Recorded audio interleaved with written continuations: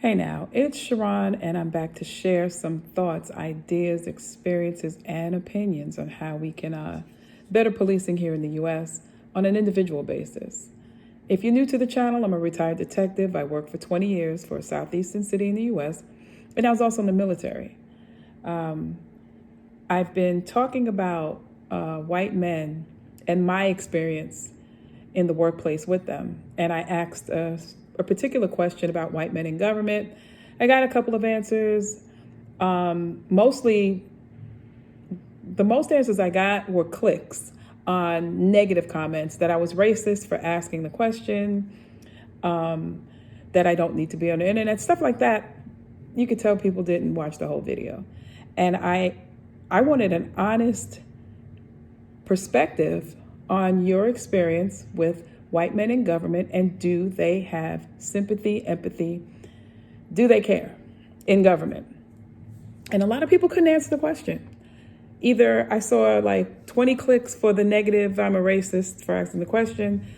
A lot of clicks on the negative stuff. I would say probably 10 people answered with honest opinions. And again, I appreciate it.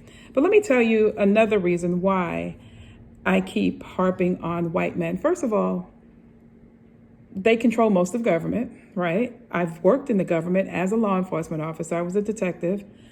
Worked for 20 years. I ended up retiring.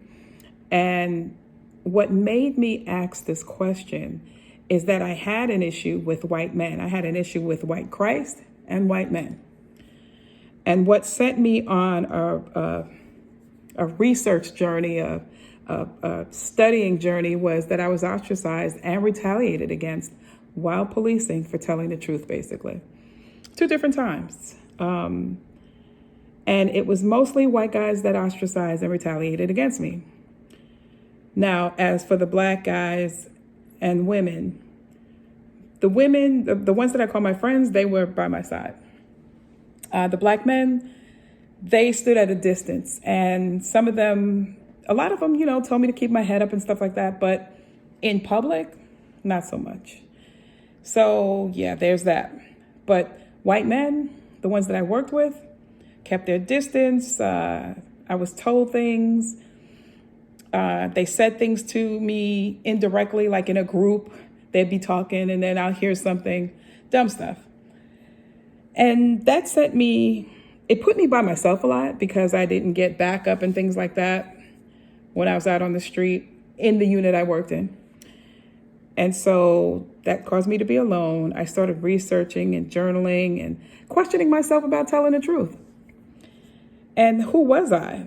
And so, yes, that led me on this journey. I ended up writing this book. Here it is right here. My Middle Eastern Conflict, looking back at my future. You see the stick figure. And yes, the Middle East, indirectly, the space land over there has a little bit to do with that. And so it set me on a journey, and I started to awaken to who I was. And the ironic thing is, 2 white guys in my researching and studying helped bring me information that of course, I had to research and study out for myself. But there were 2 white guys watching on YouTube that came across my feed and helped me in my awakening.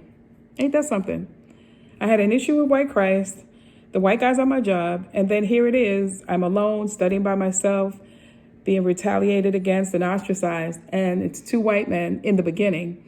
This was probably like almost 10 years ago now. Let me say their names. One is Brother Dana. Dana Stevens, One Love, that's on YouTube.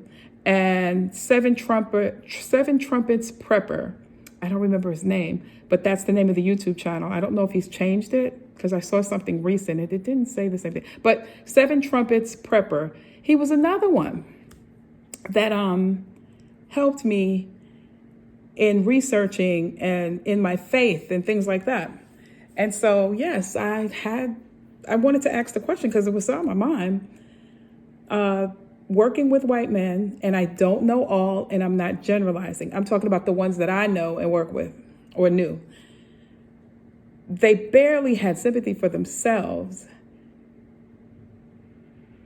Did they have sympathy for others? Slight sympathy. And so I started to wonder about that. I told you in other videos with the ostracism and the retaliation, I started to question, and the Holy Spirit directly spoke to me and said, you need to worry about your own heart. And of course, I fought that for a while, but that made me write the book and share what I discovered, because a lot of the habits of talking to yourself and the negative self-talk, I picked up from the white guys. It's the truth. That's what I did. I stopped that, of course. But it just led me, I wanted to know.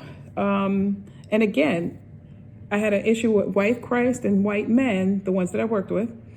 And then here it is, 2 white men in the beginning of me discovering and awakening to the fact that I am Hebrew, Israelite, from the Igbo tribe, and the place it holds in the Bible. I've talked about this in other videos, how I did not see myself in the Bible. And now realizing it's all about the Hebrews, the people I come from. And I share that in the book too, and some revelation that I got from Numbers 13. But yeah, that's how I came up with the questions. That's why I was questioning, to get a different perspective, because my perspective is narrow, because I don't work with all white men. I don't know all white men. And I'm sure people have had different experiences. And I just wanted to know your perspective, which would help broaden my perspective. But it seems like that's an issue.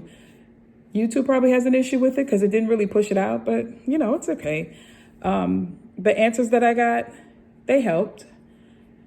And I'm gonna just move on from there. But yeah, that's why I wanted to know. One of the reasons again. Take a look at my book. It's on lulu.com. And it's under the religion and spirituality tab. It's lulu.com. I will put the link for the book in my description, and I also have an online store. You can check that out, and I'll probably come back next week. But yeah, that is my reason for asking the question and the build up to it, and why I wanted the perspectives, just to see or hear or read about different experiences people might have. And so with that, I'll leave it at that. As is our tradition, like, subscribe, comment, if you will. I'd really appreciate that. And always remember, you don't necessarily have to go through a thing to learn from it. Talk to you later. Bye.